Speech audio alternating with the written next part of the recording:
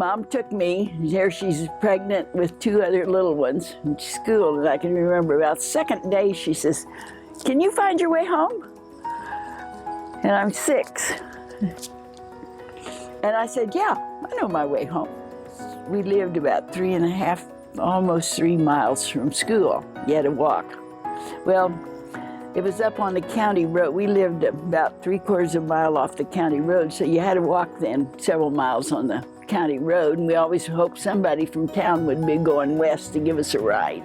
Them days, we just rode with whoever would pick us up and take us. There was no worry of nothing. Come home to an empty house, nobody's there, and nobody worried about us. We just took care of ourselves.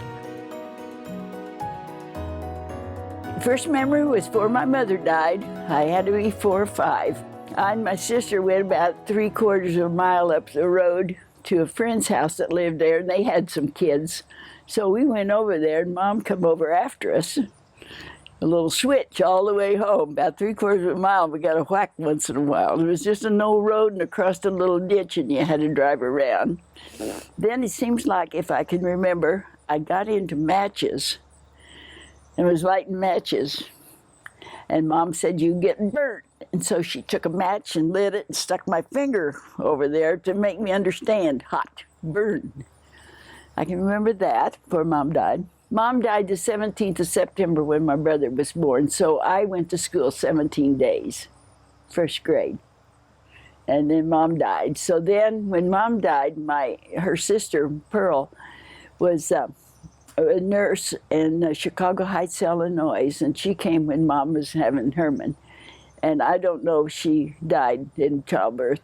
And the doctor a few years later asked me if I knew what had happened to my mom, and I said, "Well, I know." And he says, "I don't know whether having her in the hospital or in somewhere would have saved her or not." So anyway, and then years later I found out from my great aunt, she told me, she says, "Your mom told me that she was going to die when that baby was born."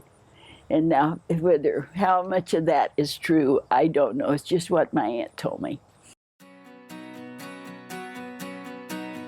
Moved out to Pratt, and then there we didn't have any children, so I found a doctor there, and he adopted kids out. The girls would go to him, and so I adopted Denise. I think she cost me around $80. Said they got the most for the less. So I adopted Denise, and then I told Doctor one day, I says, "I don't want to raise one myself, I need another one." He said, "Well, I got one." So Denise, then I was 6 weeks waiting on her, and she was born in Dodge City, and so the girl had to bring her over.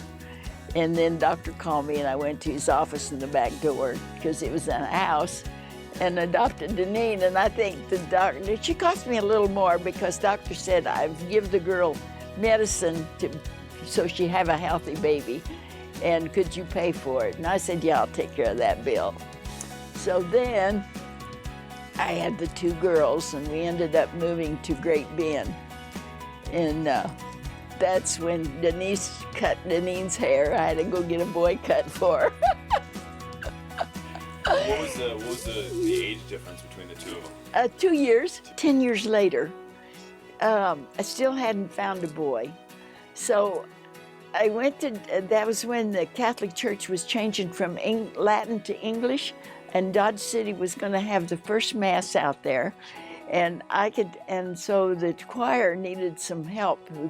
So I helped take some boys out there, drove some boys out, and went into Mass there. And well, since I'd been to Dodge City before, knew the convent out there, and the sisters, somehow or other, I got out there and visited. And I told them then, I said, "I have 2 adopted daughters, but they're in school right now. But I said, I want a boy, and I'm still trying to find a boy." So she says, "Well, there's a priest there that is Catholic Social Service that adopts babies. What are you doing out here?" And I told her why I was out there. So anyway, I go back and I meet Father Wise, and he gets me a boy. And so I adopt him. So I got the girls as babies. And then Tim was born. He was a week or 2 older. He was born in Oklahoma City. Okay. And Catholic Social Service had him in Wichita, and we picked him up there. And they said, well, if you can help and pay a little extra cash to help Foot to take care of babies and everything. So he cost us around $500. Then he's cost me a fortune since then. I said, 10 years I wanted a boy, 10 years I cried because I got one. See you, Mama. Okay. We want to go out here and start and house in? Yeah, let's do it. Okay. Neighbors will think I'm on television. When I moved here, there was a house and a sidewalk broken down to the drive. So if you came to the house to visit, you would go clear down there and went up the hill. Okay, I decided that's out. So I had that tore out, built up a fence, put me in a garden. I dug 80 feet of sidewalk. In the summer, I was 88, 87, I think. I dug that sidewalk, put the thing there, and designed all this. And I planted all the trees. I built the sidewalk and the bridge so I didn't have to slip every time I come up to get the mail. It works great. A lot of things to do yet. But the bird bath was the first thing I put in. And then I just cut me a little round circle and put my flowers in.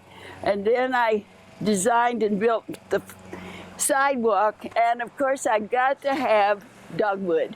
I have a white dogwood, a white dogwood, a red dogwood, and a white one out there. Why dogwood?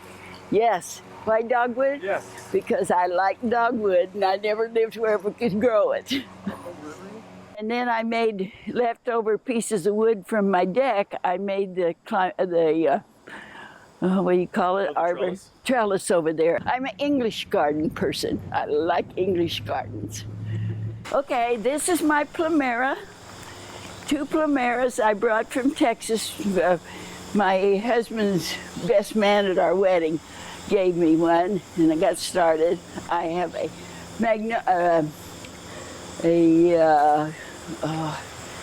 this is a guava that I've had since 1998 in a pot, and that is over there is my avocado that died back. I cut it back and it's coming out, so it's going to make a nice tree, I think. And this is my kumquat tree, and in Texas it would be loaded. Here it's not quite so bad, but I'm having quite a few this year. For some reason it's bloomed its 3rd time, so I'm going to have kumquats this fall for Christmas to eat. And you eat the whole thing. This is a lemon tree that I brought from Texas. And I got 3 lemons. Last year it had 50, and it about died out during the winter and come back this summer, so I have 3 lemons.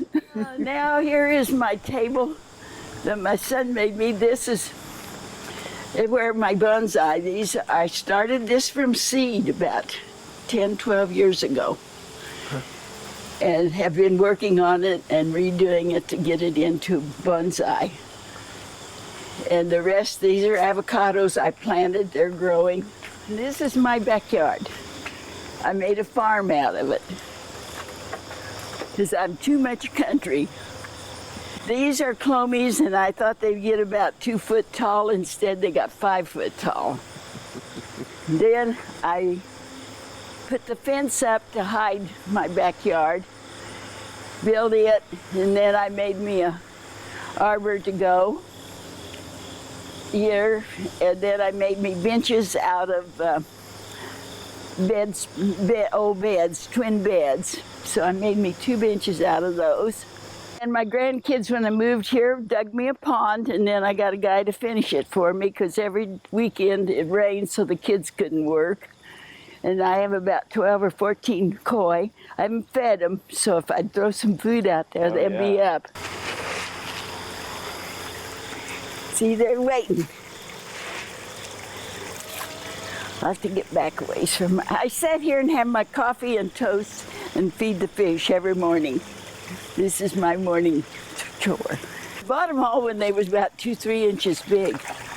And then the others I've raised. And my water lilies, I got them all started. I've got a white one, ain't big enough to bloom yet. But they like red too.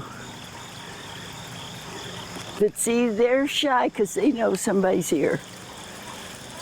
There's my big one.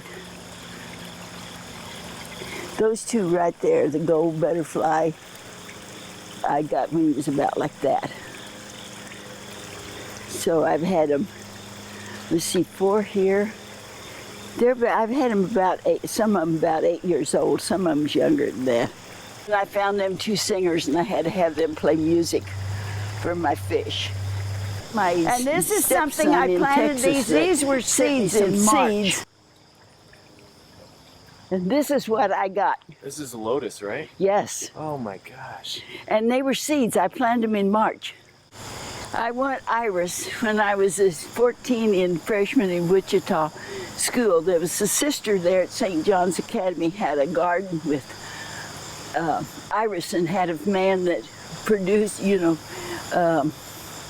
made different colors, worked on it. Yeah. So I worked in her garden, and I still like iris. So I got me rocks the other day, and yesterday I put bags of compost in. So that's my iris bed for next year. And I ordered them while they're on sale to the catalog, and then they'll mail them to me. And you did all that yourself? Yeah. Yeah. Who else? Age ain't got anything to do with it. It's like I told the doctor, I don't feel old. Hey, then I do bonsai. And this is my tables of 5. In Texas, I had 12 tables.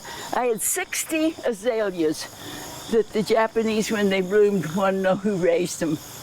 I got his pictures of what I had, because I've lost them. I'm trying to get back to some more azaleas. And they're not all bonsai. They haven't take years to get them up to bonsai, but at least I've got them going. Now these will all go in the garage. How big a garage do you have? I have a double garage, but half is for the bonsai. The other half is for my trees. When I moved here, I moved everything in a 26-foot trailer and lost part of it. This is all I have left. So did you set the irrigation system up? Yeah, oh yeah. I did it all. I learned in Texas when I worked for Ron Smith down in Santa Fe. I worked for him for 12 years and he had bonsai.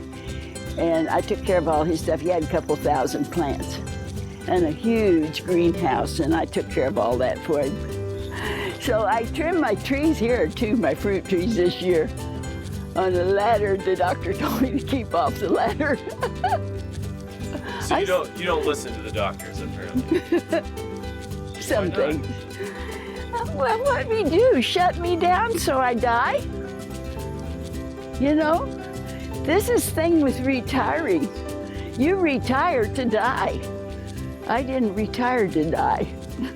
I start living. What are we doing here tonight? Oh, we're at the square dance. Down in the boondocks, down in the boondocks, left Alabama, gonna let it go, I know you home. Left Alabama, gonna wee that you know, singing I love her, she loves me, swing that gal around, promenade as you see. Lord have mercy on a boy from down in the boondocks. How often do you do this? Sometimes 3 in a week. And you take lessons too, right? Yeah, I've taken lessons. I'm going to take more lessons. How's that been going? Well, I think it'll be all right. I can use a few once in a while. Where 3/4 round you go, swing that corner, promenade that floor. Lord have mercy on a boy from down in the boondocks. Head your promenade halfway, walk in and square through 4 hands, I say. All the way around, do the right and left through, veer left. Ferris wheel you do, center square through. 3/4 round you go, swing that corner, lady, promenade that floor. Lord have mercy on a boy from down in the boondocks. Circle left, here we go, down in the boondocks. dock. Left out a man, colored Eddie, no side dope, left out a man. Why don't you leave it to go, cause I love her. She loves me, swing that down. And then I turn down there past the church in that place and go. Did they ever give you a hard time about driving? Well, one lady said, I think it's about time you probably quit driving. And I laughed and I said, I'm keeping up with you, aren't I? I'll follow you. How old is she? Oh, I think it was probably 50s, late 50s or 60s. They all think I should quit. Now just tell me, what should I do? Just sit here like a bump on a log? There's too damn many things in the world to do. And if people would figure that out, they'd live longer, I think. You know, because if I can't do my jewelry, I can paint. I can go back to do this, I can do that. I've got all these little things planned. If I can't do one, I can do the other. And I figured on that a long time ago. Stand up straight and tall.